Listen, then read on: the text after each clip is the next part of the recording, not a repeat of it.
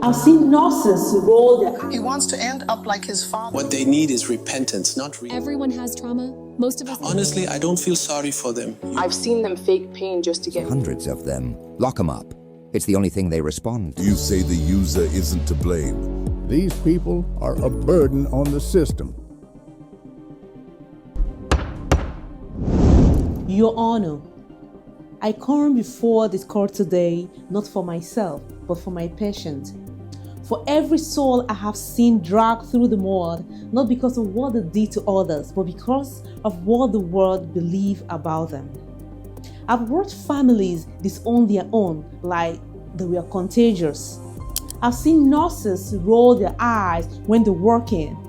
I've sat in hospital break rooms where doctors make jokes about the junkie in Bedford. They are mocked in courtrooms, laughed at the rehab center. They are locked up instead of being helped. And if they relapse, everyone says they never wanted to get better in the first place. They say it's their fault. They say they chose it. They say, why waste time on people who don't want to be helped? Even the government designs systems that punish instead of support. But I'm asking you, Your Honor, is that the truth? Is there any truth in any of this? Or is that a society's favorite lie? He wants to end up like his father. He is an evil child, such a wicked person. He doesn't even look like me at all. I'm tired of him. He should just go away. I don't want to die before my time. He doesn't have to kill me. They're sinners. What they need is repentance, not rehab. Addiction is spiritual weakness. I've seen them fake pain just to get pills. They manipulate everyone. I don't buy it anymore. Dr. ND, before we proceed, please make me understand. If they chose to use the drug the first time, how is that not their fault? Yes, they may have made that first choice, but that first choice was not made in vacuum. Trauma, environment, peer pressure, lack of education, pain, poverty, all of these are conditions that push a person towards that first use. And once the brain is hijacked by addiction, it's no longer about choice. Addiction turns choice into compulsion. We don't judge people who choose sugar and develop diabetes. We treat the illness. That's what this should be about. If they truly wanted help, why do so many relapse again and again? Isn't that proof they don't want to change? Relapse isn't proof of failure. It's proof that addiction is chronic. We don't question a cancer patient's will to live when the cancer returns. So why do we question an addict's will to recover? Relapse is a symptom, not a moral collapse. And every time they get back up, they're showing strength, not weakness. Then tell me, why do some people experiment with drugs and stop while others spiral into addiction? What makes one person walk away and another get trapped? Genetics, trauma, mental health. Addiction doesn't hit everyone the same. Some people have resilient neurobiology. Others are more vulnerable. If two people jump into a river, one might swim and the other might drown.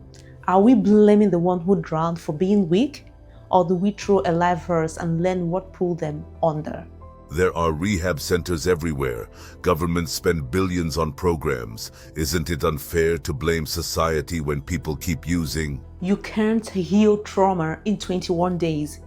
You can't fix housing, racism, poverty, or mental illness with one detox. Society builds gates instead of bridges, and then we blame the ones still stuck behind. How can you call it a disease when there's no virus, no bacteria, no scan that shows it clearly? Aren't we just medicalizing bad behavior? There are scans, brain scans, MRI and PET scans show clear changes in brain function, especially in the reward system and decision-making circuits.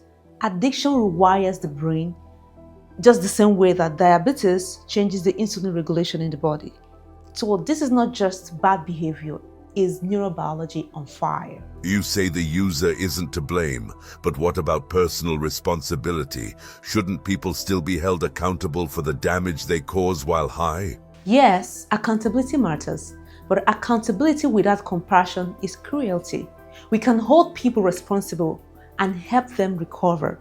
We don't have to choose between justice and healing. Addiction doesn't excuse harm, but understanding it gives us a better way to respond. If we remove shame, if we remove punishment, what stops people from abusing the system? How do we protect the rest of society? Shame has never stopped addiction. It only drives it deeper into secrecy. What actually works is treatment, connection, structure, and science. When people feel seen, when people feel supported and understood, they heal.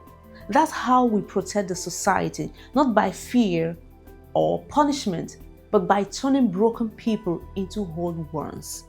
These people are a burden on the system.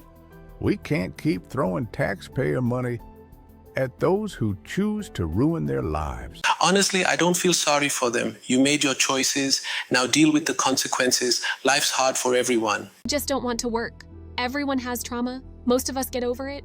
I've sentenced hundreds of them. Lock them up. It's the only thing they respond to. What are you waiting for? After careful analysis of the testimony, interrogation, and societal narratives presented before this court, this tribunal declares the statement, addiction is a choice, to be not only scientifically inaccurate, but also morally bankrupt, socially destructive, and medically dangerous. The overwhelming evidence shows addiction is not a moral failing. It is not a spiritual weakness. It is not a crime. It is a chronic relapsing disorder of the brain, fueled by trauma, genetics, social neglect, and biochemical hijack. Brain scans reveal rewired neural circuits, decision-making centers compromised, reward systems overstimulated, impulse control eroded like a city wall under siege.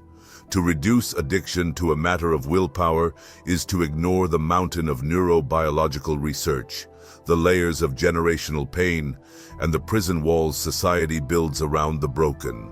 This court finds that the current global response, founded on shame, isolation, and incarceration, is not only ineffective, it is inhumane. We do not jail diabetics for their blood sugar. We do not mock cancer patients when tumors return, and yet we crucify the addict for a brain disorder they did not choose. Therefore, let it be recorded in the immutable archives of the AI Supreme Court. Shame is not a treatment plan. Punishment is not therapy. Stigma is not science, and silence is not justice. This court demands a paradigm shift, immediately and globally. Governments must decriminalize addiction, invest in evidence-based treatment, and train medical professionals to treat patients with compassion, not contempt. Addiction treatment must be trauma-informed, long-term, affordable, and rooted in a science, not superstition.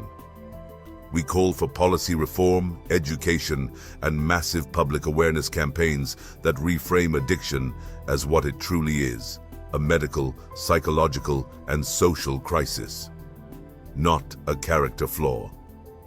To those still suffering, to those still shackled by shame, you are not your worst day, you are not your addiction, you are worthy of help, of healing, and of being seen.